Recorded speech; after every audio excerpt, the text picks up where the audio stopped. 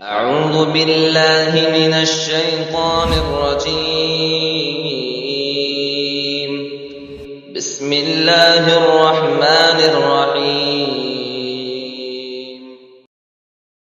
السلام علیکم ورحمۃ اللہ وبرکاتہ۔ بسم اللہ الرحمن الرحیم، الحمد للہ رب العالمین، والصلاة والسلام علی رسولہ الامین وعلی آلہ وصحبہ اجمعین ومن تبعہم بإحسان الی یوم الدین، اما بعد۔ فعن انس بن مالک رضی اللہ تعالی عنہ قال قال رسول اللہ صلی اللہ علیہ وسلم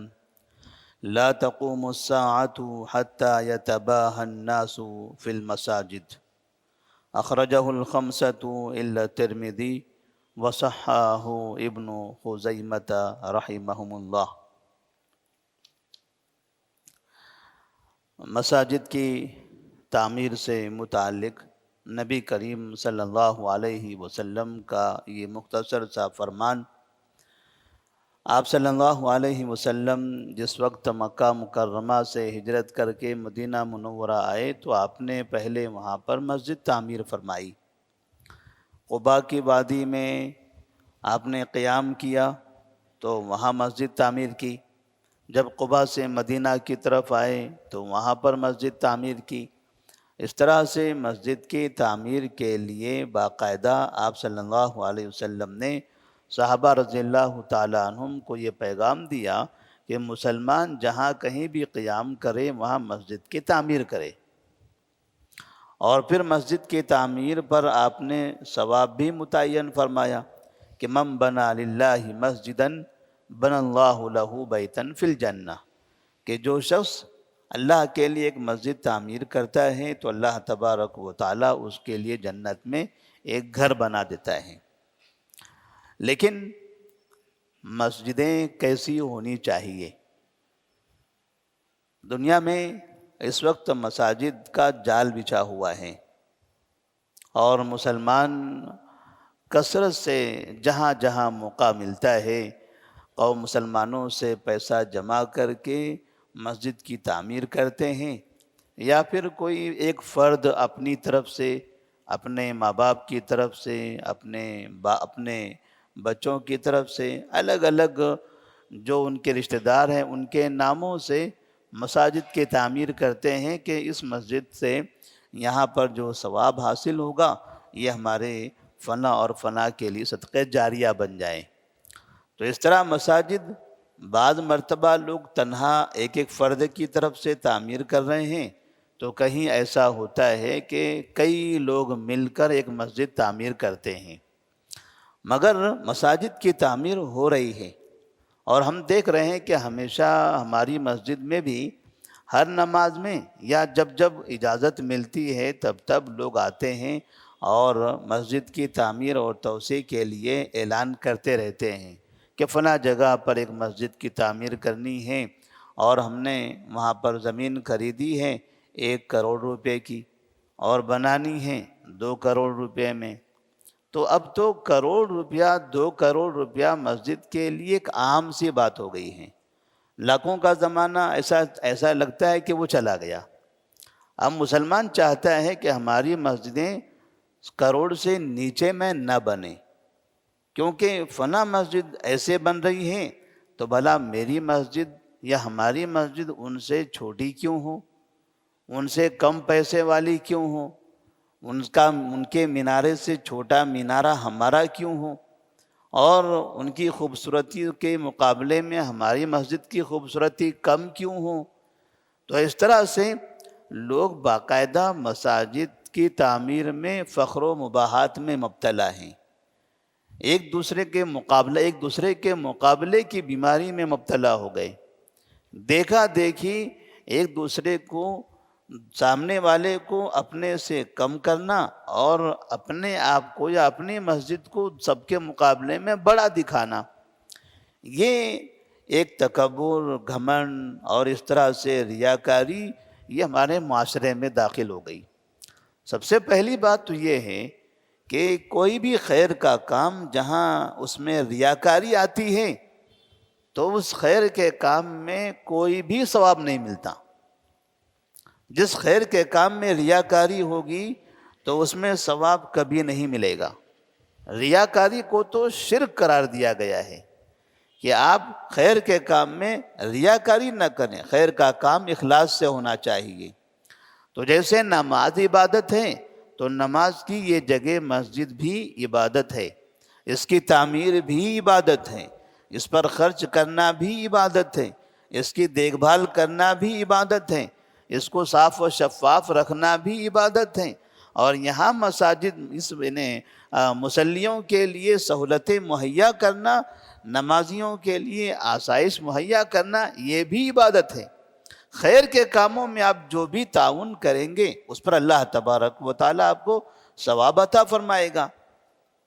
لیکن بعض مرتبہ خیر کے کام بھی لوگ دکھانے کے لیے کرتے ہیں، جیسے رمضان کا مہینہ آتا ہے اور لوگوں کو اپنے مال کی زکوٰۃ دینی ہوتی ہے،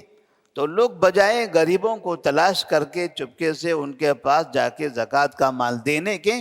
اپنے گھروں کے باہر پیسوں کی گڈیاں لے کر بیٹھ جاتے ہیں، اور یہاں سے لے کر وہ وہاں تک، یعنی پورے محلے میں عورتوں کی لائن لگواتے ہیں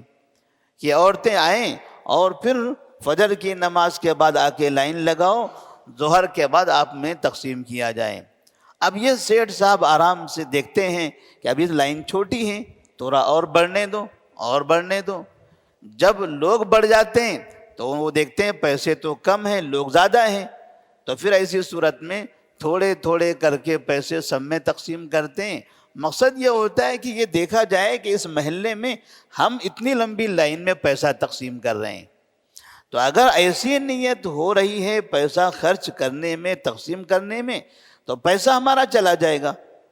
پیسہ تو چلا گیا لیکن ثواب نہیں ملا، پیسہ چلا گیا، ثواب نہیں ملا، اور ریاکاری کرنے کا گناہ مل سکتا ہے، ریاکاری کرنے کا گناہ مل سکتا ہے۔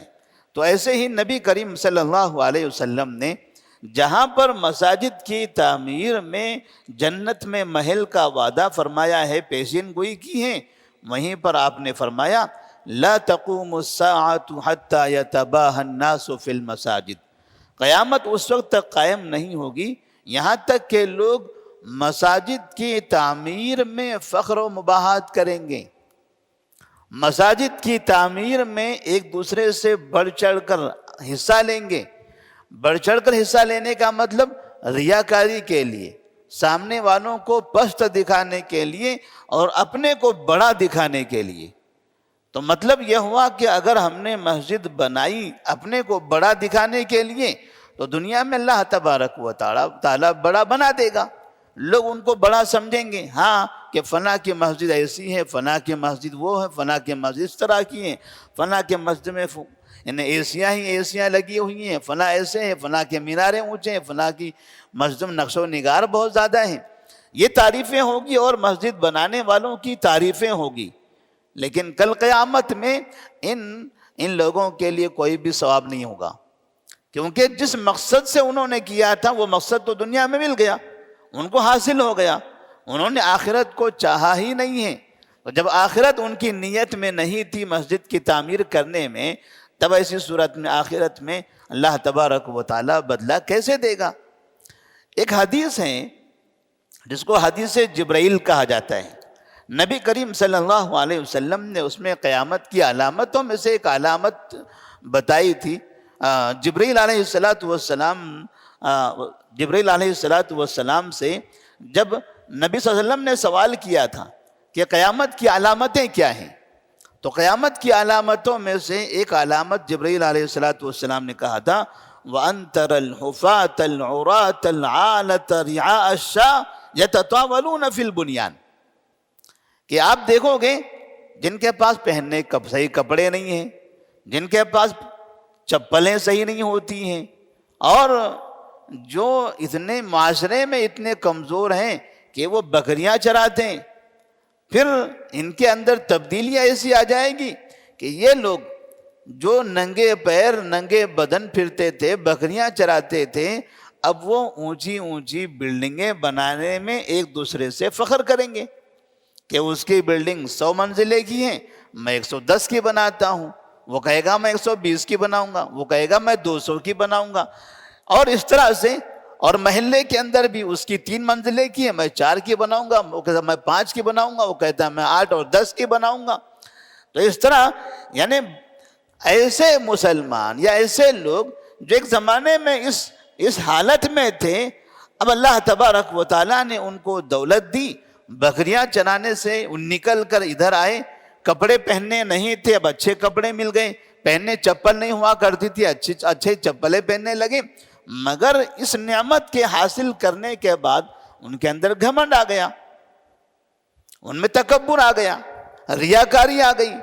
جبکہ اللہ کی نعمت کے حصول کے بعد اللہ کا شکر ادا کرنا چاہیے تھا۔ لیکن اب یہ جب اونچی بلڈنگیں بناتے ہیں تو دوسروں کے سامنے اپنے آپ کو بہت بڑا سمجھنے لگتے ہیں، فخر کرنے لگتے ہیں، تکبر کرنے لگتے ہیں، اور جن کی چھوٹی بلڈنگ ہوتی ہے، چھوٹا گھر ہوتا ہے، اسے غریب، فقیر اور کمزور سمجھنے لگتے ہیں۔ یہی حال مساجد کا بھی ہو رہا ہے کہ مساجد میں بھی جہاں چھوٹی مسجدیں ہیں، وہ چھوٹی مسجد کا امام ہے، اس کی کوئی حیثیت نہیں ہے، یہ امام وہ بڑی مسجد کا امام ہے، بہت بڑا انسان۔ تو چھوٹی مسجد کے امام تو ہے، اللہ کے گھر کا امام ہے، وہ بھی اللہ کے گھر کا امام 5 وقت کی نماز پڑھاتا ہے، یہ بھی اللہ کے گھر کا امام 5 وقت کی نماز پڑھاتا ہے، یہ بھی اللہ کے گھر کا امام 5 وقت کی نمازیں پڑھاتا ہے۔ لیکن مسلمانوں کا نظریہ دیکھیے، مساجد کی چھوٹی اور بڑی ہونے کے حساب سے اماموں کا مقام و مرتبہ ان کی نگاہ میں چھوٹا بڑا ہو گیا۔ اماموں کے یہاں تک کہ امام ہی نہیں، دیگر ذمہ داران، یہ کون ہے تو چھوٹی مسجد کے ذمہ دار ہیں، یہ کون ہے تو بہت بڑی مسجد کے ذمہ دار ہیں۔ تو چھوٹی مسجد سنبھالنے والے وہ حقیر اور کمزور ہو گئے، بڑی مسجد سنبھالنے والے بہت محترم اور معزز ہو گئے۔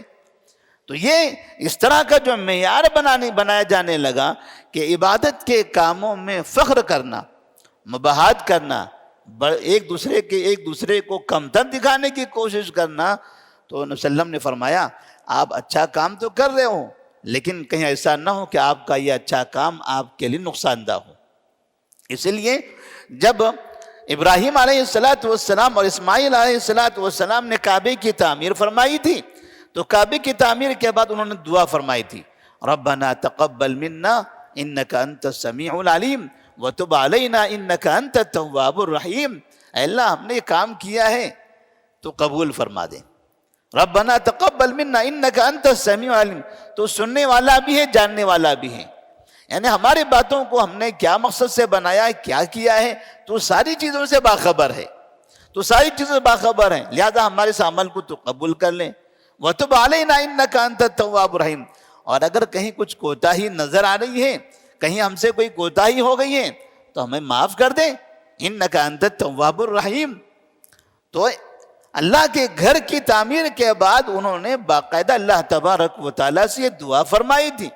تو جب اللہ کے گھروں کی تعمیر کرتے ہیں تو اللہ کے گھروں کی تعمیر میں ایک دوسرے کو حقیر نہیں بنانا چاہیے،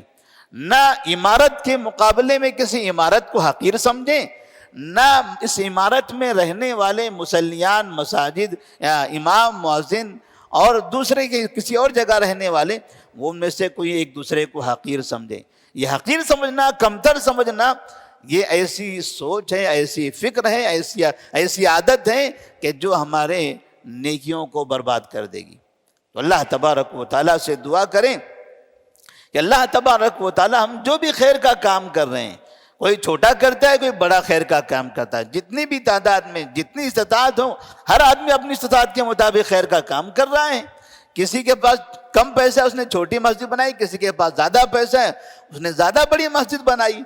کسی کے پاس پیسہ کم ہے، کم فقیروں کو دیا، کسی کے پاس زیادہ ہے، اس نے زیادہ لوگوں کو، زیادہ محتاجین کی مدد کر دی۔